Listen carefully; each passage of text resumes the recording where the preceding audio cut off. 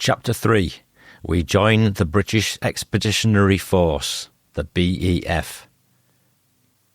During the third week of March 1940, we were all given 7 days embarkation leave. Of course, there was only one destination for us. The British Expeditionary Force, consisting of regular soldiers, was already in France, preparing for the time when the Germans decided to make a move. The beginning of April found us marching to Stockton-on-Tees railway station, where our special train awaited us. As soon as the train started to move, playing cards were produced and the mouth organs came out. Those were very carefree days, and our problems and anxieties were in the future. Who cared about tomorrow? A good thing we didn't know what tomorrow might bring. The journey to Dover was uneventful, and we were soon walking up the gangplank to board the ship which was bound for Calais. For most of us, it would be the first time we had been outside of England, so that whatever happened from now on would be a new experience. The sea was kind to us first-timers, and nobody was seasick. When stepping ashore, we could hardly believe what we were seeing. Marching, or rather slouching, along the quayside was a motley gathering.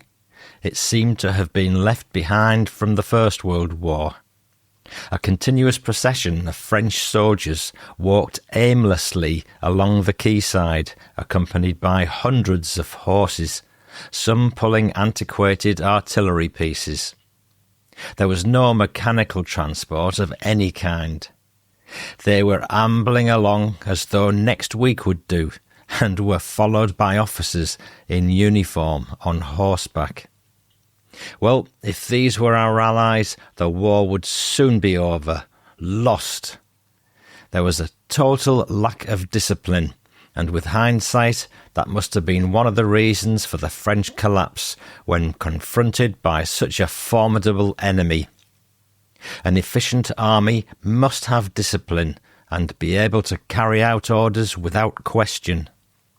We entrained on the dockside and journeyed to a place called Earl, from where we marched 5 miles into the French countryside and were billeted in farm barns where we bedded down on clean straw.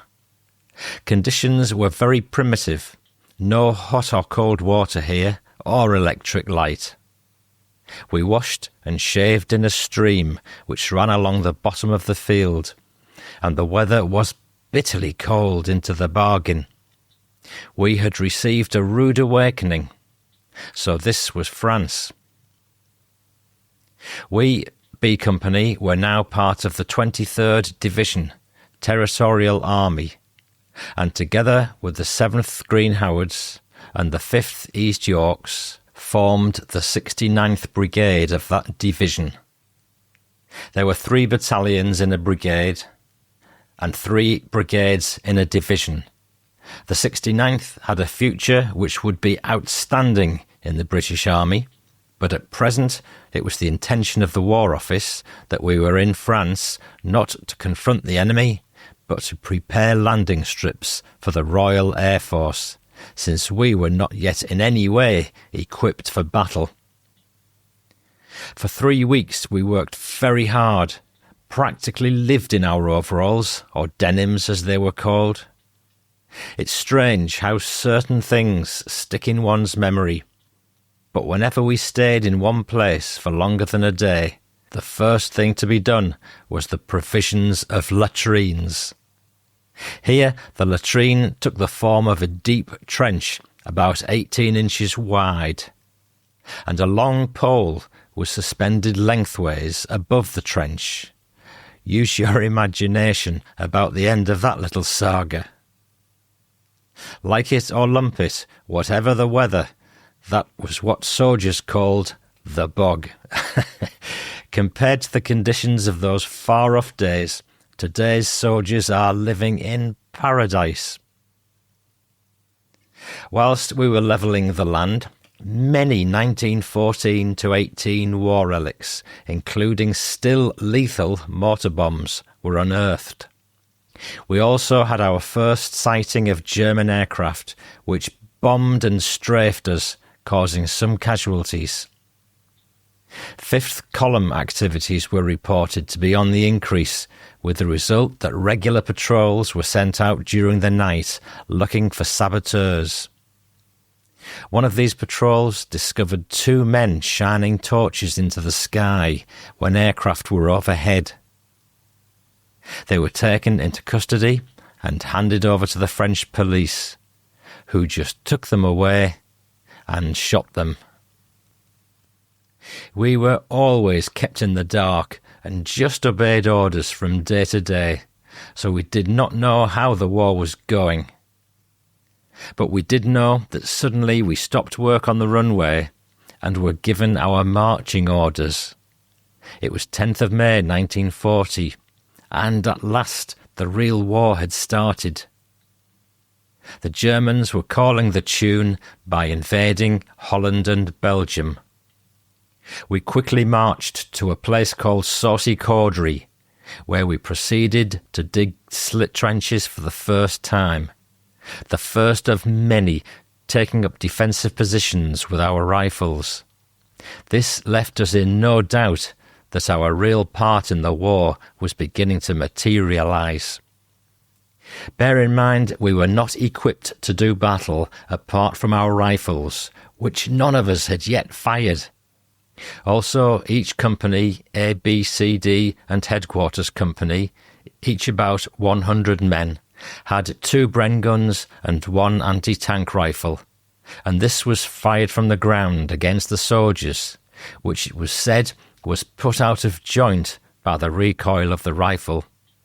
As yet nobody had fired any of these weapons. We had no Bren carriers or mortars, and almost no signal equipment, and no divisional artillery.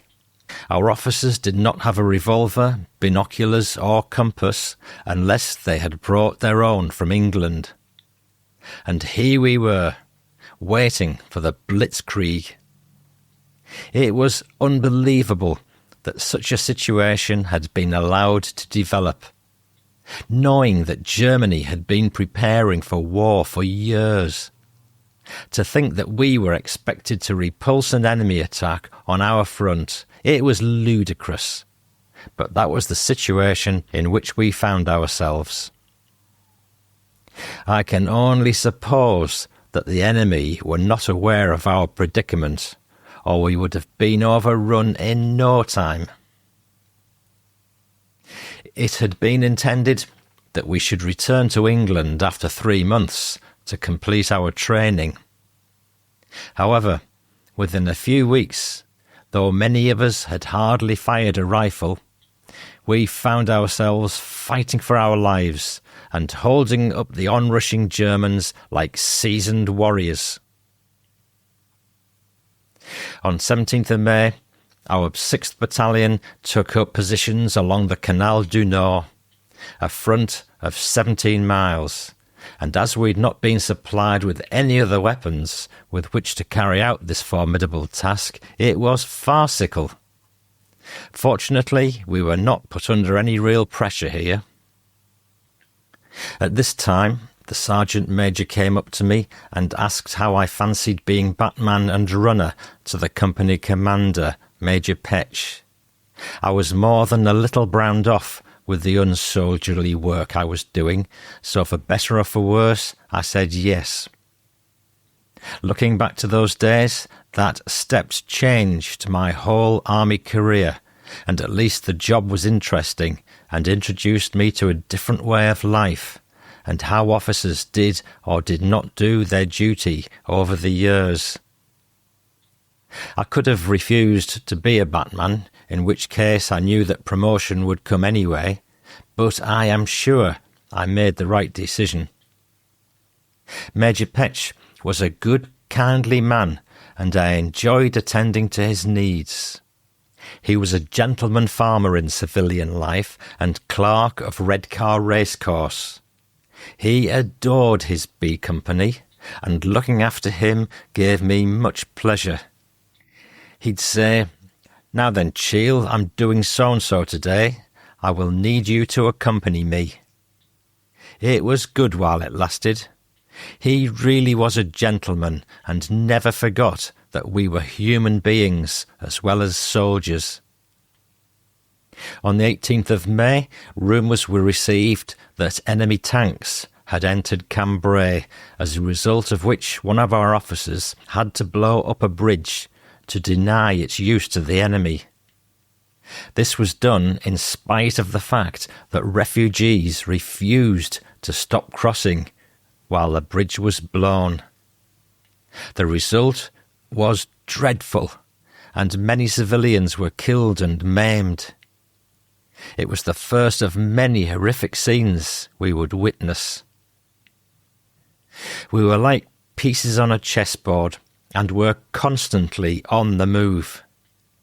Next day we were withdrawn to Saudermont and took up new defensive positions.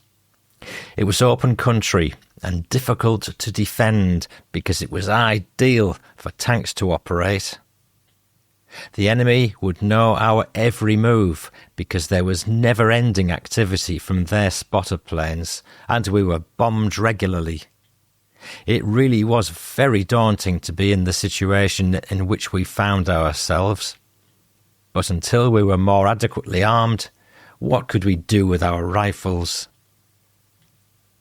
Fortunately, up to now, we had not been confronted by enemy tanks, only infantry, and were able to repulse any attacks they made. Now, to make conditions worse, we were given notice that rations were to be reduced by half because supplies were not getting through in sufficient quantities. In fact, no further normal issue of rations reached us for the next 15 days. We certainly felt the effects of this because, after all, we were fit young men, and we all had a moan, even though nobody could do anything about it. We just made the best of a bad situation. Supplies of every kind were being affected by the total lack of preparedness for war, and the soldiers were having to pay the price of the politicians' short-sightedness. 2 days later, I had to take a message from Major Petch to Battalion HQ. Because of the lack of signal equipment, I had to use the company motorcycle, as the companies were dispersed. Travelling along the roads was a bit hazardous because of bomb craters, plus enemy shells were exploding in the fields around, together with the fact that we never knew from day to day where the enemy would turn up. Suddenly, I came across an ambulance which had crashed into a hedgerow. I approached carefully, only to discover that it had been abandoned after being hit by a shell. Not being able to resist the temptation, I had a cautious look in the back, to discover not bodies, for which I was pleased, but instead, lo and behold, a full case of Heinz baked beans. I was over the moon. I could hardly believe my luck.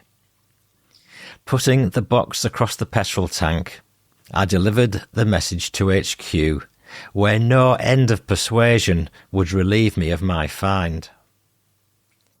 I returned to my company, where the lads were overjoyed, and the look of delight on the cooks' faces was great. We crushed up some of our hardtack biscuits and mixed them into the beans in a Dixie for a feast indeed. It was smashing, even though it had to be eaten cold, as no fires were allowed in our present position. On the 22nd of May, we were ordered to take up new positions on the bank of the River Scarpe at Reux. The move was made during the hours of darkness, and we had to dig in before dawn, feeling very hungry and tired, but everything had to be done with great urgency. No news was coming through to us, though it was obvious that feverish activity was going on in the chain of command. The front was changing so swiftly that it now came as tragic news to us that the Germans had broken the line, with the result that our 70th Brigade had met with disaster. Tanks had overrun them, and many had been killed or captured. This was a dreadful blow to us, and it could so easily have been our own brigade that suffered that fate. The enemy facing us were just across the river and were putting down mortar fire, so we had to retreat again to Farbus. And while we were dug in at this position, more weapons were given to us. Each section of 10 men now had a Bren gun, which none of us had as yet had the opportunity to fire on a range in England. Each platoon had a 2-inch mortar, also an anti-tank rifle which was capable of knocking out a light enemy tank. So we now felt able to put up a better resistance than was previously the case, and we certainly felt able to repulse at least an attack by infantry. We were now no longer a Labour battalion. A few more weapons had been brought up to us, so we were now an active service unit and were continually on the move as the enemy in front of us became more menacing and the territorial soldiers were replaced by more seasoned troops who were properly trained. Each time we were forced to withdraw, we experienced yet another tragedy. During the march to Farbus along the country roads, so the enemy aircraft would not so easily observe our movement, we had to mix with the refugees who crowded the roads everywhere. That was an experience I will remember as long as I live. Old men, women and children pushing anything on wheels, bicycles, prams, barrows, handcarts, anything to save carrying more than they had to. Then there were the poor horses pulling overladen carts. The families had brought with them as many of their possessions as they possibly could. It must have been heartbreaking to leave their homes, possibly for the last time, knowing full well that the enemy would loot them. Very suddenly, the sound of aircraft would be heard, and everybody looked fearfully to the sky. Out of that beautiful blue sky would come death and destruction. The planes made a beeline for the poor folk, dropping their lethal loads, zooming into the sky, and then flying the length of the refugee column, machine gunning anything and everything. It was horrifying. Absolute chaos was created among that pathetic humanity. Dead bodies and parts of bodies lay everywhere. Children scared to death, not being able to understand. Lying across dead mothers, many of whom had their intestines oozing from their stomachs. Horses were going mad and dragging bits of the carts over the bodies spread all across the road. I recall watching an old man and woman who, upon seeing the bullets making a path along the road, put their arms around each other, and they both fell dead. I cannot say any more because it's impossible for words to describe the events clearly enough for anybody to understand. It had to be seen to be believed. By the time it was dusk, we found ourselves making our weary way to our next position, and we were harassed all the way to the wooded slopes of Vimy Ridge of First World War fame. Many of the lads thought about how their fathers could so easily have fought and died on these same wooded slopes fighting Germans in that war.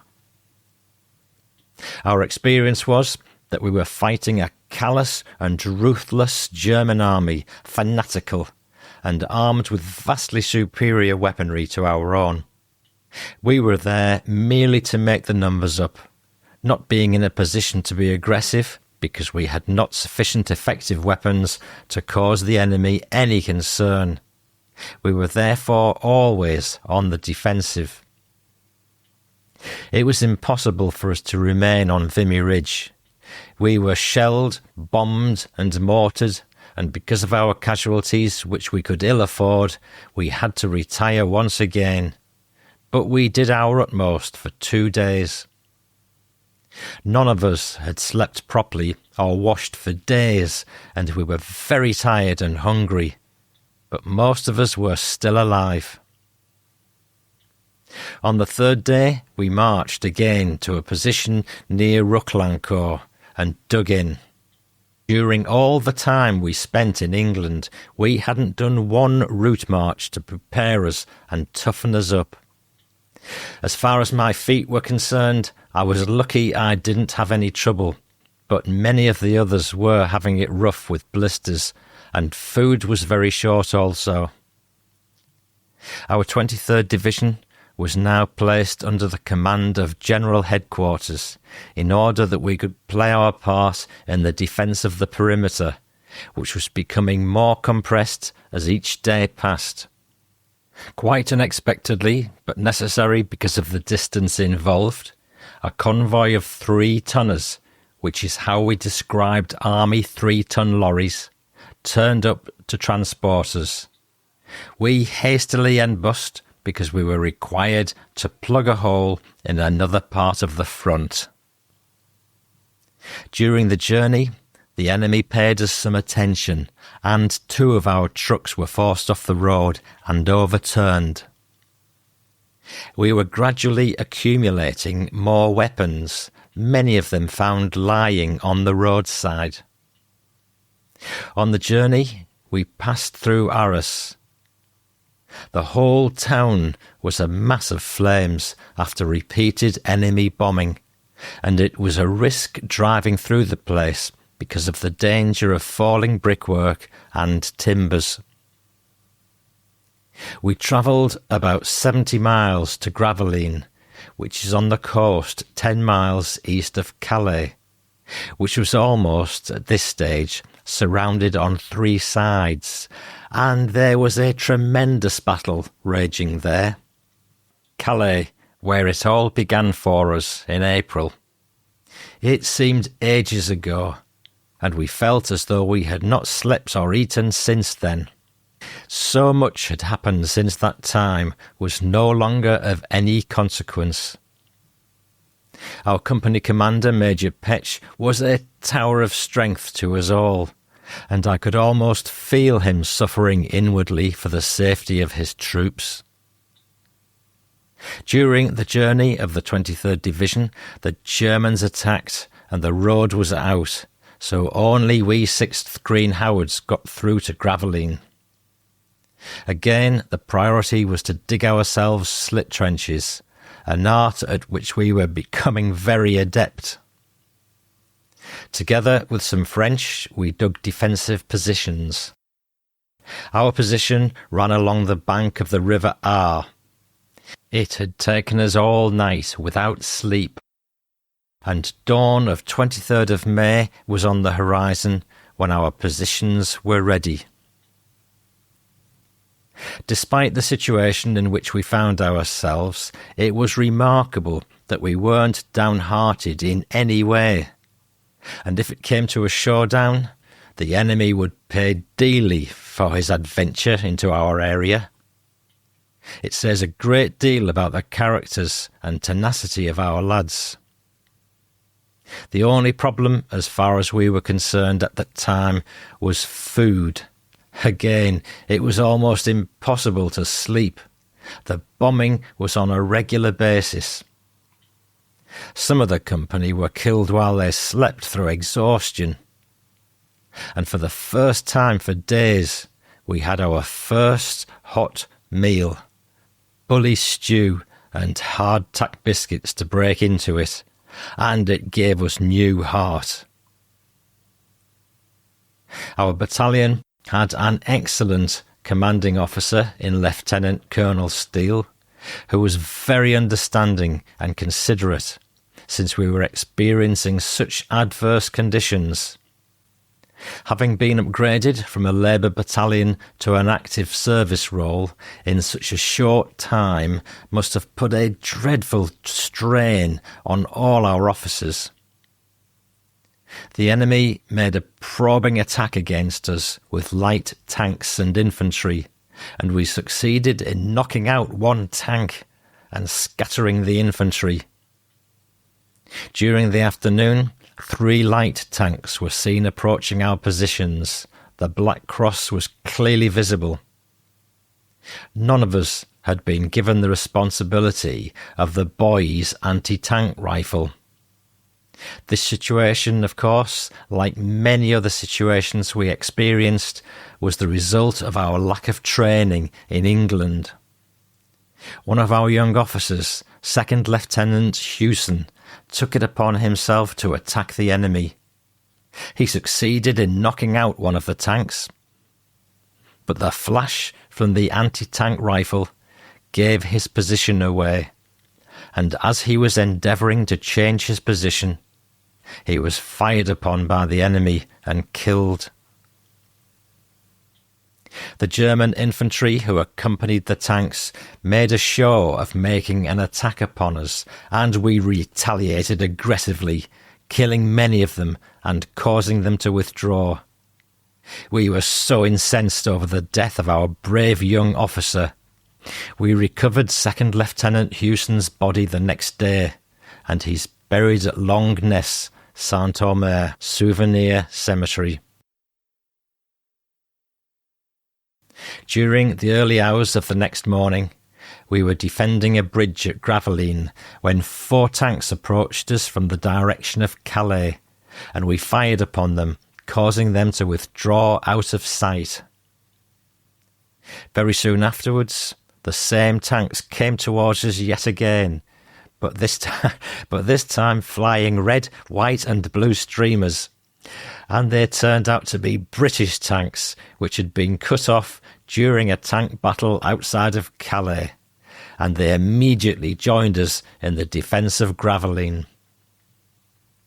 We lost some good boys here because apart from the bombing by the Stukas, we were being shelled by the 88mm guns.